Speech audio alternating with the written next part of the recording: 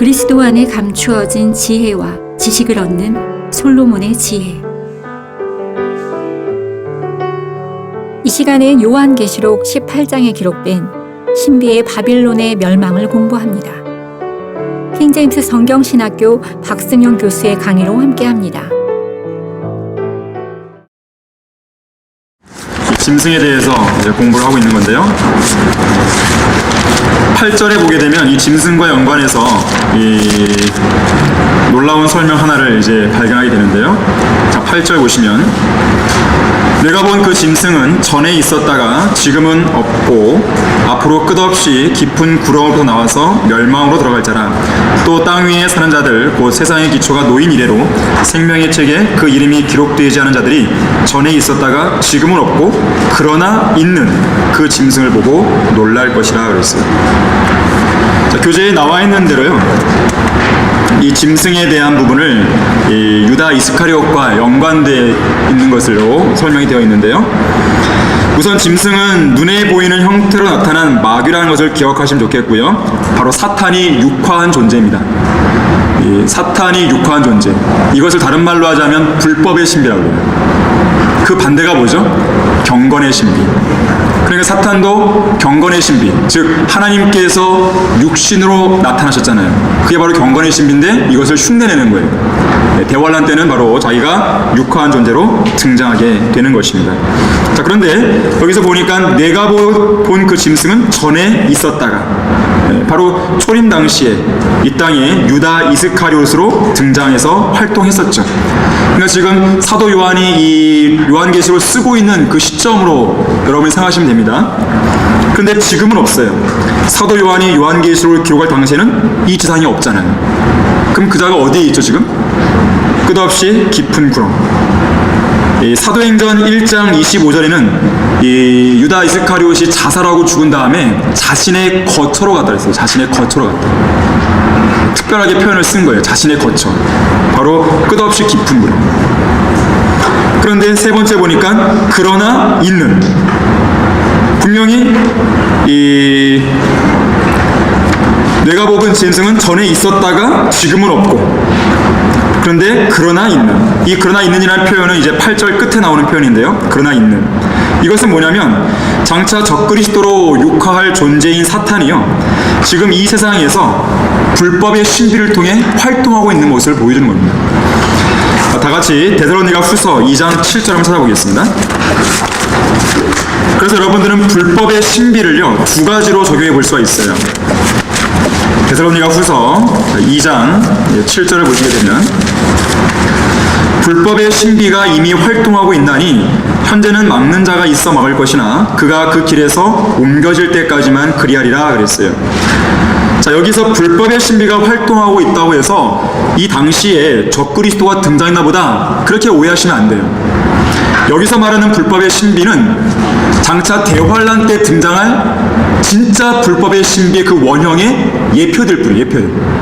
그러니까 적그리스도가 있으면 적그리스도들이 있는 거예요. 적그리스도를 예표하는. 그러니까 여기서 지금 불법의 신비가 활동하고 있다고 하는 것은 뭐냐면 바로 적그리스도들이에요. 자, 요한일서 2장 18절 한번 보겠습니다. 요한일서 2장 18절 보시게 되면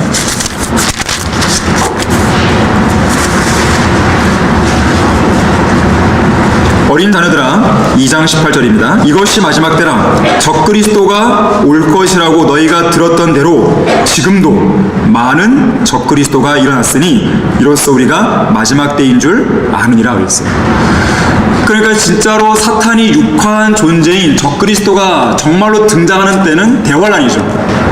하지만 그 전에 이 적그리스도를 예표하는 존재들, 많은 적그리스도들이 활동하고 있는 거예요.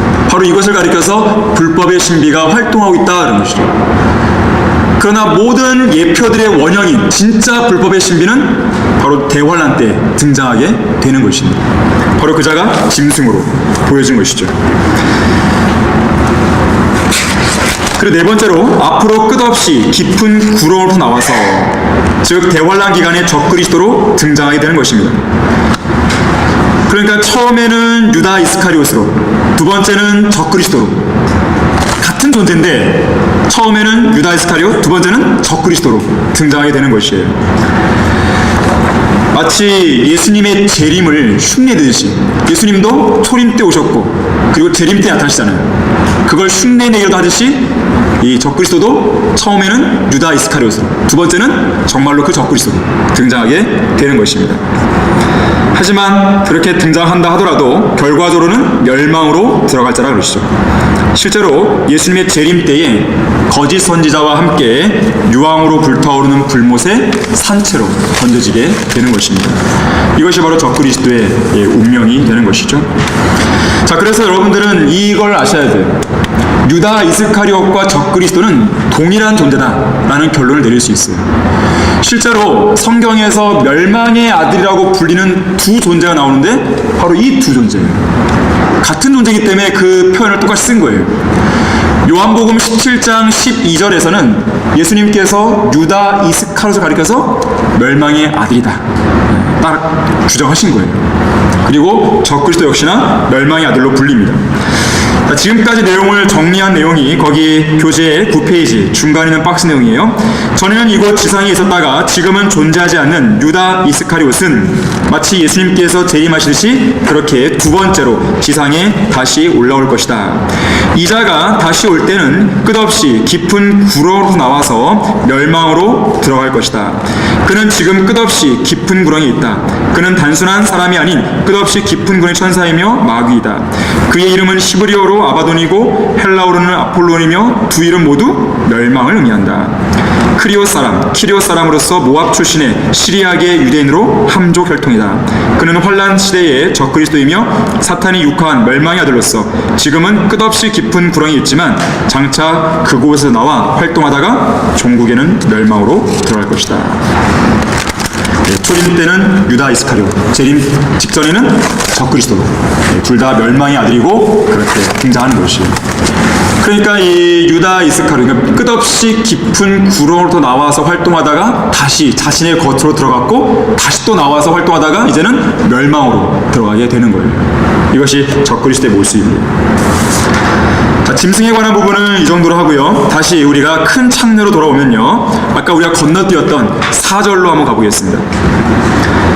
4절에 보니까 또 그 여자는 자주색과 주홍색 옷을 입고 금과 보석과 진주로 장식하고 손에는 금잔을 가졌는데 그 잔은 가증스러운 것들과 그녀가 행한 음행의 더러운 것들로 가득 찼더라 그랬어요. 로마 카톨릭 큰 창녀를 상징하는 색깔은 자주색과 주홍색이에요. 상징하는 물건은 금잔입니다. 여기 앞에 보시면 로마 카톨릭의 교황은요, 공식 석상에서 흰색 옷을 입지만 주교와 대주교는 자주색 옷을 입어요. 추기경은 주홍색 옷을 입습니다. 신부들은 주로 검은색을 입죠. 자주색과 주홍색은 카톨릭의 상징 색깔이에요. 또한 금잔 역시나 이들은 애지중지하는 것이죠. 특히 미사를 드릴 때, 소위 그들의 성체 성사를 할 때에 이 금잔에다가 이 포도주를 받아서 마시게 되는 것이에요. 이 미사는, 성체 성사는 아주 가증한 것이죠. 예수님의 단번 속죄를 부인하는 가증한 짓인데 그 가증한 짓을 시행하는 도구가 바로 금잔인 것이죠. 아까도 이 마리아의 환영 얘기했는데 이 마리아가 나타날 때마다 주로 금잔을 들고 나타난다고요. 그들의 얘기에 따르면 성경과 일치하는 것이죠. 거기 교재 10페이지 박스 내용 보시게 되면 여왕의 의복을 입은 그 여인은 마리아입니다. 짐승을 타고 손에는 우상 숭배의 가증한 것들과 사악함으로 가득 찬 금잔을 흔들고 있다. 이러한 모습으로 마리아의 환영이 나타나는 거예요. 아름다움과 엄청난 사악함이 서로 대조되고 있음을 주의해야 한다. 포도주로 가득 찬 금잔은 우상 숭배로 전 세계에 영향을 끼친 바빌론의 영향력에 대해 선지자 예레미야가 기술한 것을 언급해준다. 한번 찾아보겠습니다. 예레미야 51장 7절입니다. 그래서 이 예레미야에 나오는 이 바빌론, 역사적인 고대 바빌론을 언급하기도 하지만 바로 재림 직전에 환란 시대에 등장할 신비의 바빌론과 연관해서 여러분들은 보실 수 있어야 됩니다. 예레미야 51장 7절에 보게 되면 바빌론은 주의 손에 있는 금잔으로 온 땅을 취하게 하였도다. 민족들이 그녀의 포도주로 취하였으므로 그 민족들이 미쳤도다 그랬어요. 그러니까 고대 바빌론의 상징도 금잔이에요. 그런데 그 바빌론 종교를 그대로 답습한 집단이 바로 카톨릭이에요. 그래서 금잔을 그대로 흉내를 내는 것이거든요. 여기 그림에 보시다시피. 자, 교재를 계속 보시면 더러움은 악한 영들과 관련하여 신약에서 자주 언급되는 단어이며 우상 숭배와도 밀접하게 연관된다. 바로 금잔을 통해서 그들은 가증한 짓을 하는 것입니다. 자, 이어지는 5절 말씀 보시면요, 그녀의 이마에 한 이름이 기록되어 있는데 신비라 큰 바빌론이라 땅의 창녀들과 가증한 것들의 엄이라고 하였더라 그랬습니다. 이 로마 카톨릭은 고대 바빌론의 가증한 우상 숭배와 쌍벽을 이룰 만큼 바빌론 종교 체제와 매우 흡사해요. 그래서 큰 바빌론의 신비다라고 불릴 만한 것이죠. 이 알렉산더 히슬롭의 아주 중요한 책입니다. 두 개의 바빌론. 오늘날 좀 구하기 좀 어려울 걸로 알고 있는데 절판돼갖고, 근데 중요한 책이에요. 이 두 개의 바빌론을 통해서 이 고대 바빌론과 로마 카톨릭의 연관성을, 그 실체를 아주 정확하게 잘 제시하고 있죠. 특히나 어떤 부분이 좀 닮아 있냐면 마리아 숭배가 그래요. 마리아 숭배. 고대 바빌론의 종교는 이 여신 세미라미스를 숭배합니다. 그 세미라미스가 그대로 카톨릭에게서는 마리아로 숭배가 되는 것이에요. 하늘의 여왕으로 섬깁니다. 여기 보이십니까? 앞에 이 마리아상인데 앞에서 이 사람들이 이 경배를 드리는 거죠. 소위 말하면. 마리아상을 싣고 가는 것이에요. 여기 교황인데 오른쪽에는 교황이 이제 마리아상 안에서 앞에서 경배를 드리고 있는 모습입니다. 그 발을 만지면서. 실제로 예레미야 7장이나 44장에 보게 되면 하늘의 여왕이 나오는데 이 고대 바빌론이 하늘의 여왕을 숭배했어요. 세미라미스를. 마찬가지로 그것을 마리아로 둔갑시켜서 섬기고 있는 것입니다. 거기 교황 요한 바오로 2세가 했던 말이 있습니다. 교회는 기도로 꾸준히 마리아와 연결된다. 기도하는 교회가 그리스도의 어머니와 이렇게 연합하는 것은 처음부터 교회의 신비의 일부였다. 성경 어디에 마리아와 연합해라 그런 말이 어디 있어요? 성경 어디? 예수 그리스도 연합하라 했지. 우리는 그녀가 이런 신비 속에서 임재하는 것을 본다. 이는 마치 그녀가 자신의 아들의 신비 속에 임재하는 것과 같다. 제2차 바티칸 공의회는 하나님의 어머니가 그리스도와 교회의 신비 속에 있다고 가르침으로써 우리로 이에 준비하게 한다 그랬어요. 바로 신비라 큰 바빌론이라 이것을 정확하게 보여주는 내용이죠. 또한 땅의 창녀들과 가증한 것들의 어미입니다. 요한계시록 18장 2절에 의하면 마귀들의 거처라 했어요. 이 큰 창녀가 더러운 영의 소굴이다. 더럽고 가증한 새들의 소굴. 공중의 새들이면 마귀죠. 마귀들의 소굴인 거예요. 사탄적인 의식을 행하는 가증한 종교 집단입니다. 이 뉴 인터내셔널 요한계시록 헬라어 주석서에는 바벨론의 화려한 외적 모습이 마침내 벗겨지고 골격이 드러나게 되는데 그곳에는 오직 마귀적인 새처럼 생긴 피조물만이 앉아있다. 이사야 13장 21절, 34장 11절, 14절 나오는 피조물, 여기에는 뭐가 나오냐면요, 새들이 나와요. 새들. 뭐 올빼미, 해오라기 이런 새들 있잖아요. 그런 새들이 등장합니다. 이것에 대해서 유대인들은 마귀적인 존재들이라고 해석했다. 실제로 그렇습니다.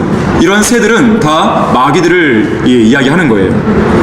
바빌론을 인도한 세력은 마귀적인 영역이었음이 이 마지막 계시로 인해 드러난다라고 설명하고 있다 그랬어요. 자, 바빌론의 그런 고대 바빌론의 종교도 그렇지만 더 나아가서는 바로 카톨릭, 그런 바빌론 종교를 그대로 답습한 카톨릭과도 연관되어 있는 것입니다. 6절을 보시면요,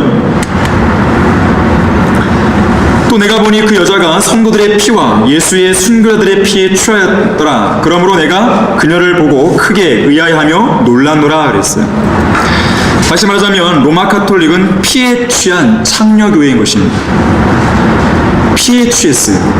1차적으로는 미사를 통해서 그들은 피에 취한 존재들이죠.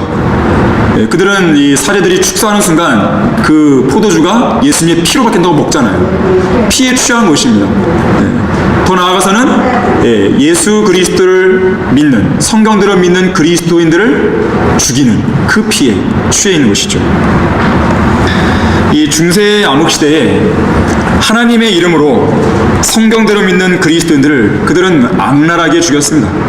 죽이면서도 우리는 하나님의 이름으로 하고 있는 거야. 아주 뻔뻔스럽게 그렇게 했던 것이에요. 특히 가장 악랄했던 것이 뭐냐면 스페인의 이 종교 재판이었어요. 스페인의 종교 재판. 고문, 악랄함으로는 아주 악명이 높았어요. 당시에 이 고문기구, 살해기구가 어떤 것들이었냐면 쇠꼬챙이, 그걸로 관통시키는 거예요. 사지를 찢는 거, 철갑처녀. 이 철갑처녀가 뭐냐면은 이 관이 있으면 관 뚜껑을 딱 열어보면 이 관 뚜껑 위에 못이 달려있어요. 그래서 사람을 넣고 닫아버리는 거예요. 인두, 가시의자, 톱질 이런 것들이 당시에 이 고안이 되었고 실제로 만들어졌고 그걸 통해서 많은 사람들이 죽은 것이에요. 목적은 하나님의 영광을 위해서. 놀랄 만한 일이죠, 정말로. 사도 요한이 놀라지 않을 수가 없는 거예요. 교회라고 자투한 자들이 이러한 피에 취해 있다는 것이 왜 안 놀랐겠어요? 이 이탈리아의 페라라에서 태어난 여기 오른쪽 그림에 있는데 지롤라모 사보나롤라죠. 이 설교자인데 크리소스톰처럼 의로움에 대해서 강력하게 설교했던 사람입니다. 순교당했어요. 순교당할 때 교황이 이 지롤라모 사보나롤라의 그 믿음을 부인하게 하기 위해서 이런 제안을 했어요. 내가 그대가 현재 취하고 있는 그 믿음을 부인하면 내가 그대에게 붉은 모자를 수여할게 그랬어요. 여기서 말하는 붉은 모자는 추기경이 쓰는 그 붉은 모자예요. 아까 상징. 자주색, 주홍색 그 모자. 그때 사보나롤라는 뭐라고 답변했냐면 나는 그런 모자 필요 없다. 오히려 나는 차라리 피의 붉은 모자를 취하겠다 그랬어요. 순교하겠다는 것이죠. 그렇게 죽은 사람들이 엄청나게 많은 것이죠. 이탈리아 로마에 가게 되면 이 산 지미냐노라는 도시가 있어요. 여기에 가게 되면 중세 암흑 시대에 자행되었던 고문에 관한 기록들을 모아놓은 박물관이 있어요. 고문 박물관.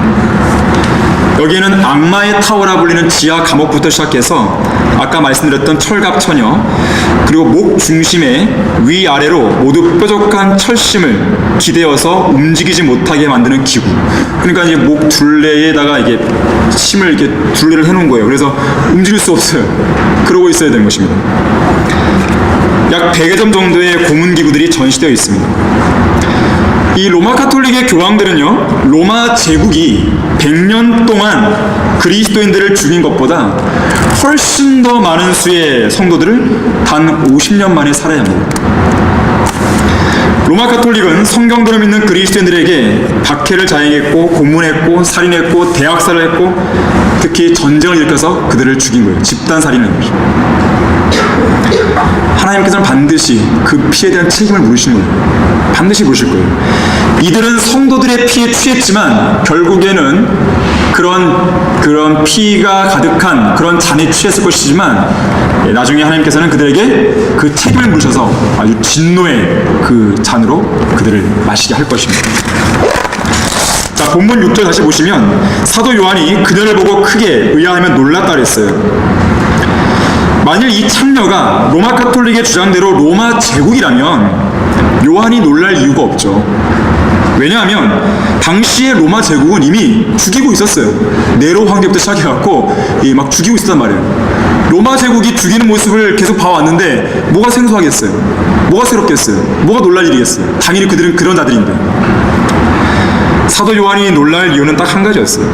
이들은 교회라고 자처하면서도 또 하나님의 이름으로 한다고 하면서도 이렇게 피에 취해 있다는 것이 너무나 놀라운 것이죠.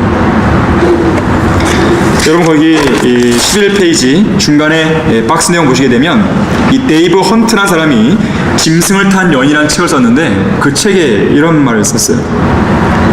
화려하게 꾸민 여인이 그처럼 끔찍하게 세상을 먹어치우는 짐승 위에 걸터앉아 그 짐승을 조종하는 것은 경악을 금치 못할 일이다. 그러나 사도 요한은 그 사실 이상의 뭔가 때문에 아연실세한 것처럼 보인다. 즉 그 여자 자체에 대해서 놀란 것이다. 내가 그녀를 보고 크게 의아해하며 놀라노라. 왜 그런가? 여인이 단순히 종교적인 형태를 띠고 있었기 때문인가? 그럴 것 같지는 않다.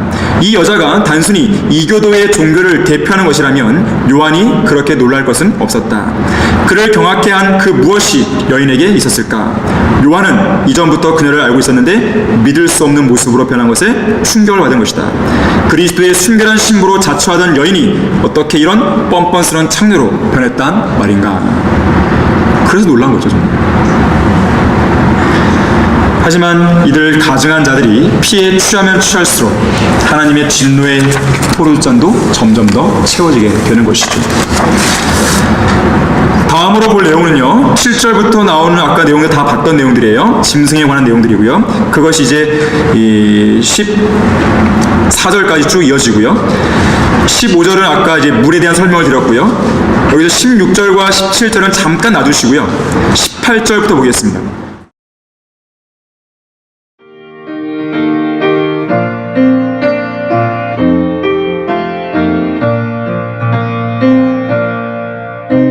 복음과 진리를 전하는 방송 KBBS.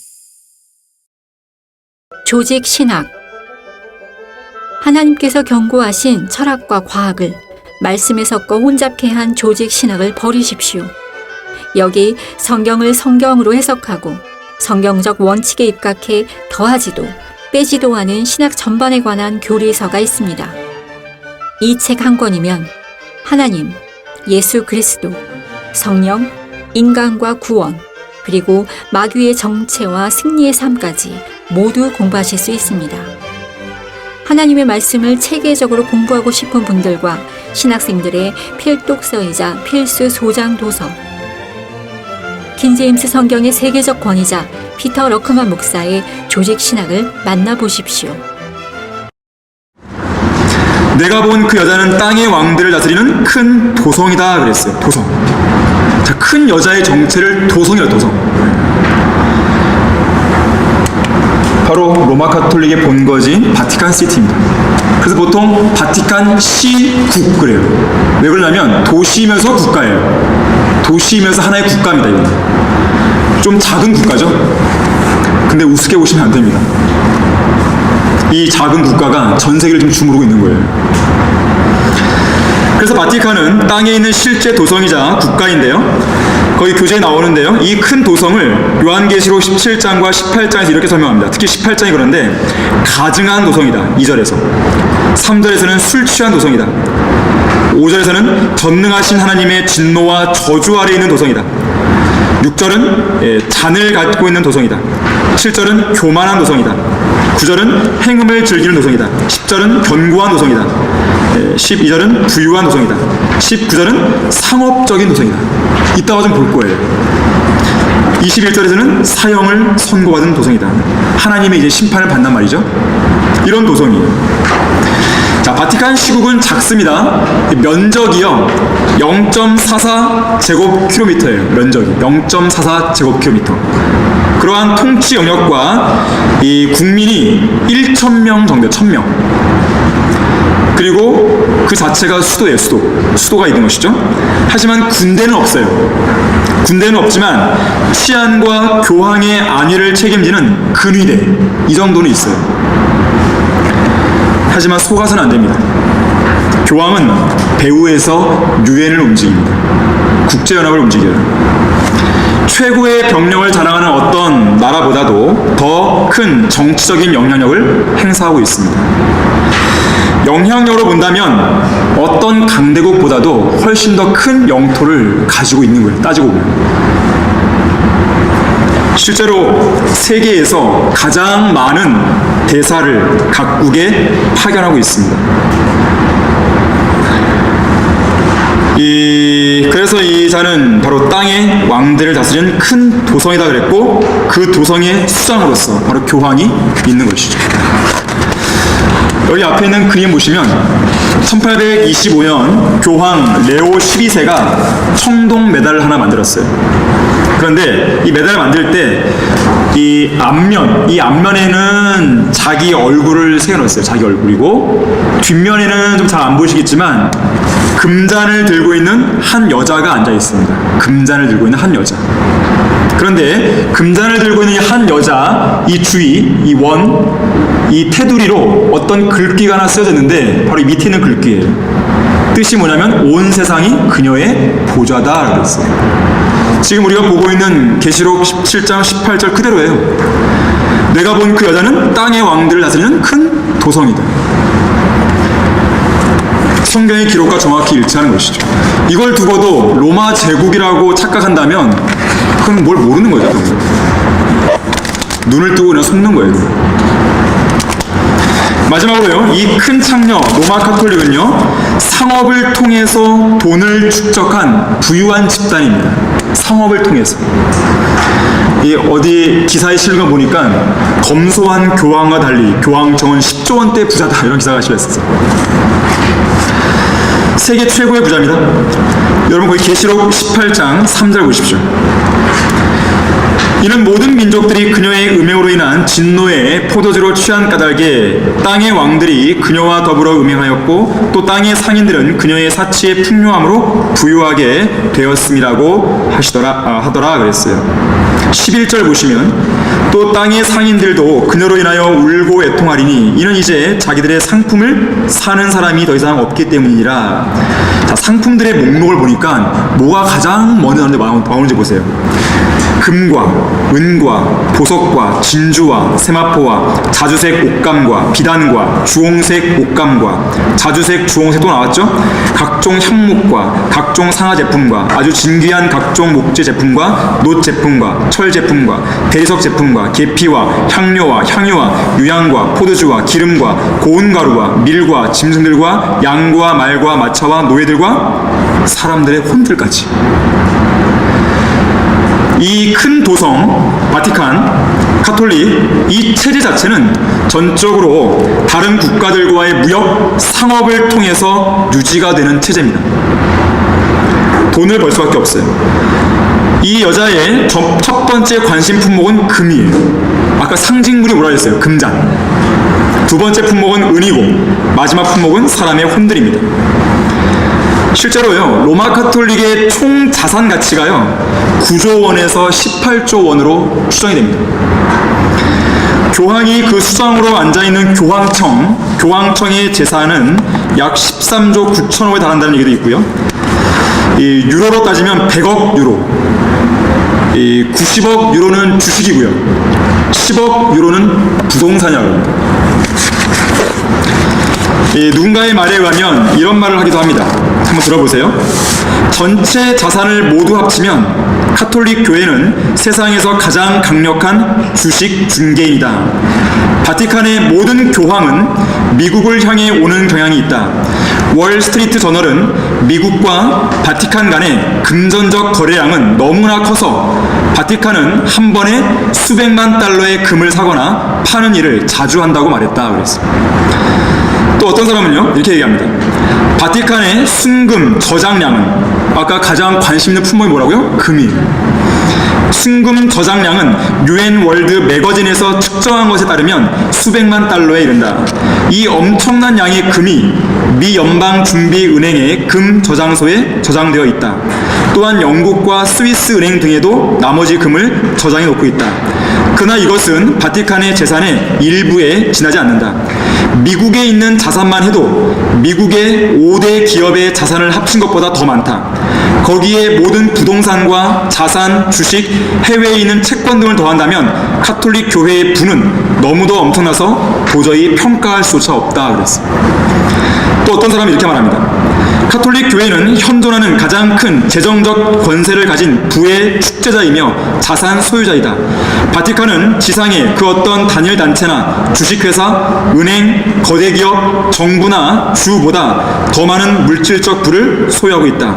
이 엄청난 부를 지배하는 가시적 통치자인 교황은 이 시대의 가장 부유한 부자다.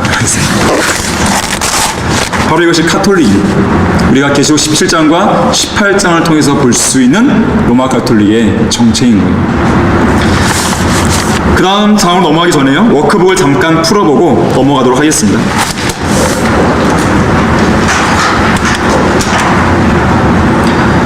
자, 1번 요한계시록 17장 1절에 큰 창녀는 로마 제국이다? 아니죠. X죠. 로마 카톨릭입니다. 여러분들이 이거 하나만 오늘 알고 가도 잘 알고 가신 거예요. 가장 중요한 대목입니다, 이게. 2번 큰 창녀가 타고 있는 주홍빛 짐승은 바빌론 제국이다? 아니죠. 누구죠?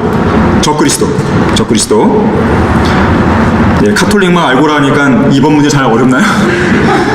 3번 상징하는 색깔은 자주색과 주홍색이고 상징하는 물건은 뭐였죠? 금잔. 제일 좋아하는 게 금이에요. 4번 큰 창녀는 땅의 왕들을 다스리는 큰 도성이다. 맞죠? 바티칸 시티, 바티칸 시국. 자, 5번 그녀의 이마에 한 이름이 기록되어 있는데 신비라 큰 바빌론이라 땅의 창녀들과 가정한 것들의 어미라고 하였더라. 자, 바빌론의 신비.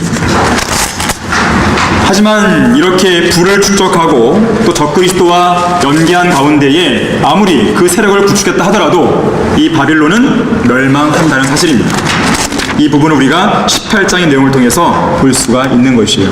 이 부분을 우리가 간단하게 이제 마무리하고 밥을 먹도록 하겠습니다. 18장 2절 주제 구절인데요. 그가 큰 음성으로 힘있게 외쳐 말하기를 큰 바빌론이 무너졌도다. 마귀들의 거처가 되었고 온갖 더러운 영의 소굴이요 모든 더럽고 가증한 새의 소굴이로다. 이 마귀들의 집들지입니다. 거기 교재 14페이지 박스 내용 보세요. 요한계시록 17장 16절에는 짐승의 10뿔이 창녀를 증오하고 죽인다는 예언이 나온다. 즉 로마 카톨릭은 대환란 끝 무렵에 적그리스도에게 배신을 당하는 것이다. 지금까지 사탄은 로마 카톨릭을 통해 세상을 미혹하고 또 움직여왔다. 로마 카톨릭이라는 종교는 사람들의 종교성을 자극하여 가장 거룩하게 보이도록 해주기 때문에 사탄이 사용하기에 매우 유용한 도구였다. 그렇죠. 경건의 능력은 없지만 뭐는 강해요. 경건의 모양은 강한 거죠. 겉만 번지르라는 거예요. 종교성이 강한 거예요. 사람들을 속이기가 너무 쉬운 거죠. 하지만 사탄에게는 더 이상 로마 카톨릭이라는 종교가 필요 없게 된다. 이제는 사탄이 직접 예수 그리스도를 대적해서 싸울 것이기 때문이다. 바로 아마겟돈 전쟁이죠.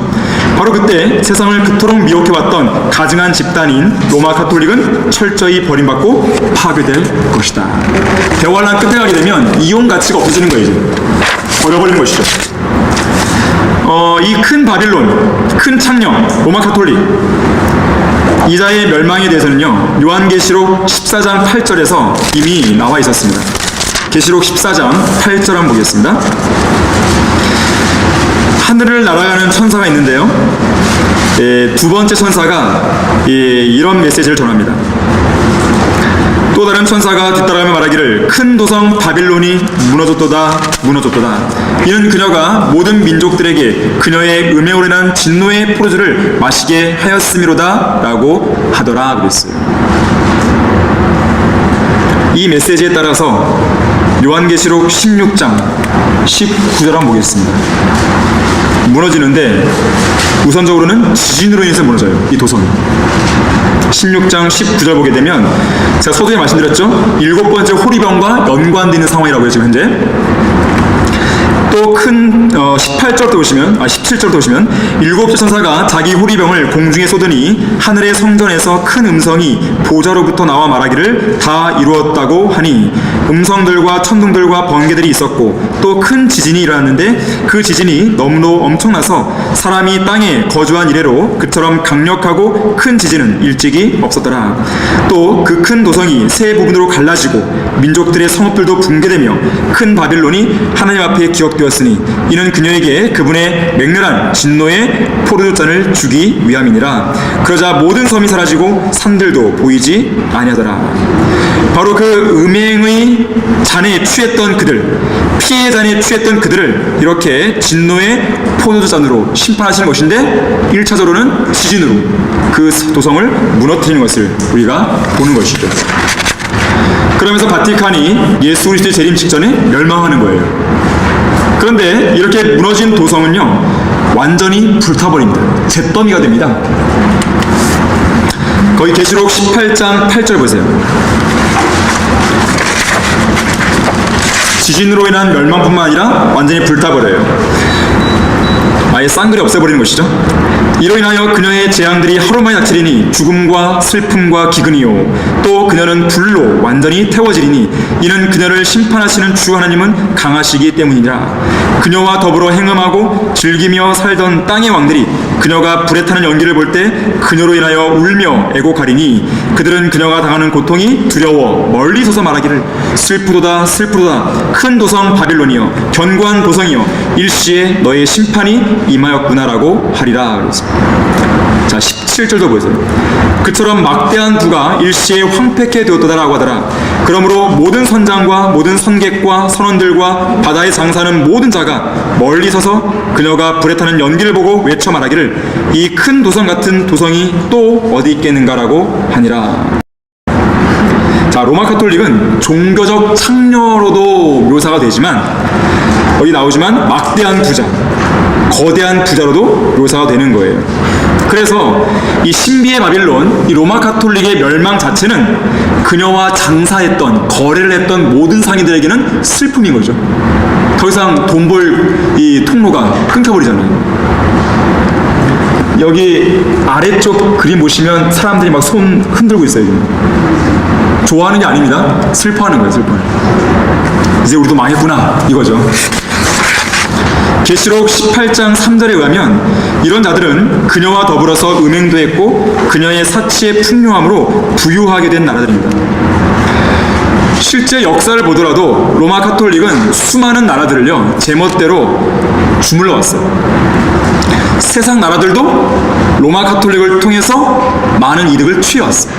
서로가 이제 위민한 것이죠. 하지만 로마 카톨릭이 멸망하는 것을 보고 이제 그들도 끝나가고 있다는 것을 직감하게 되는 거예요. 그래서 슬퍼하는 것입니다. 그런데 단순히 이렇게 물리적인 도성만 무너지고 불타는 게 아니에요. 도성 그 자체, 이것만 망하는 게 아니에요. 로마 카톨릭 그 자체가, 그 종교 집단 자체가 적그리스도에 의해서도 버림을 받게 되는 것입니다. 바로 그것이 우리가 아까 17장에서 잠깐 보류를 하려고 했던 16절과 17절입니다.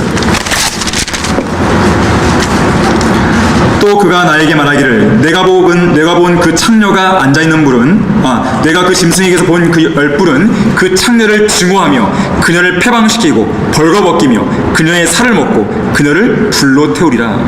이는 하나님께서 자신의 뜻을 이루시려고 그들의 마음을 일치시켜 그들의 왕국을 그 짐승에게 주도록 하셨음이니 하나님의 말씀이 이루어질 때까지니라 그랬어요. 짐승에게서 본 열불, 아까 짐승 아래에서 연합된 그 열 왕들이라고 말씀드렸어요. 이들이 활동하다가 이용 가치가 떨어진 카톨릭을 이렇게 취급하는 것입니다. 증오하고 패망시키고 벌거벗기는 것이죠. 심지어 살을 먹습니다. 이걸 문자 그대로 받은다면 인육을 하는, 인육. 식인 행위를 하는 것이죠. 그러한 짓들이 바로 이 대환란 때의 끝에 이들에게 이루어지게 된 것이죠. 아까도 말씀드렸지만 더 이상 이용 가치가 없기 때문에 이렇게 버림을 받게 되는 것입니다. 이 무너질 것 같지 않았던 그 집단이 무너지는 거예요. 정말로 오랫동안 해온 거 아니겠습니까? 이 로마 제국이 무너졌을 때도요, 로마 카톨릭은 안 무너졌습니다.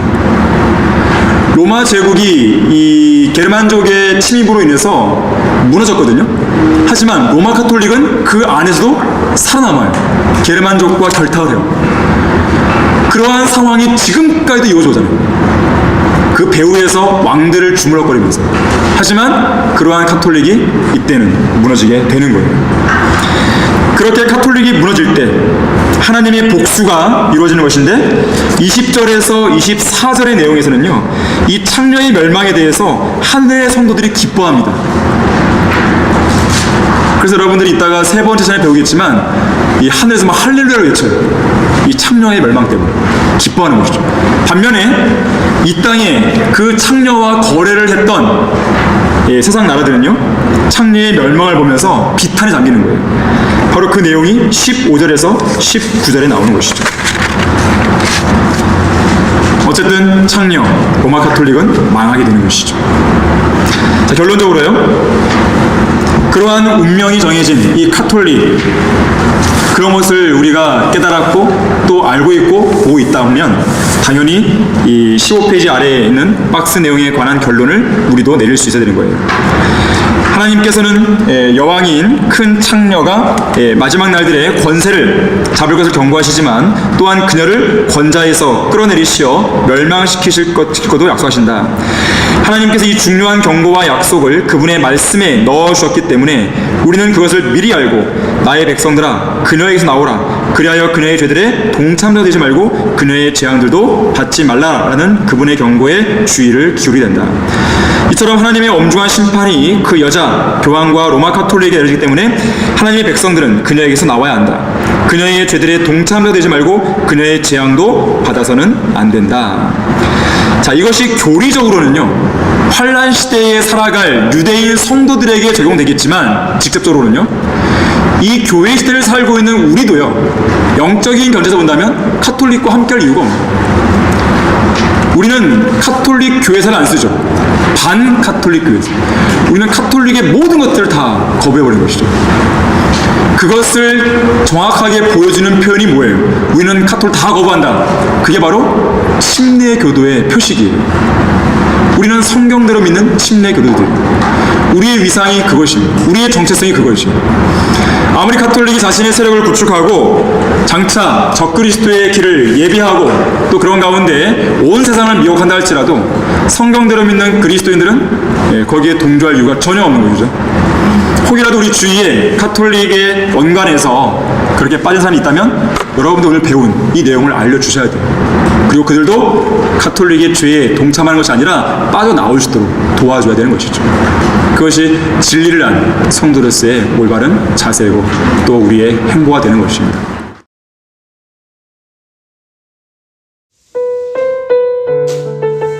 지금까지 솔로몬의 지혜였습니다.